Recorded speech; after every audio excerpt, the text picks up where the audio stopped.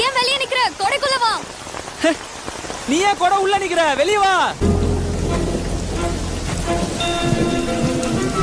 மழையில நனையாத வாழ்க்கை என்ன வாழ்க்கை?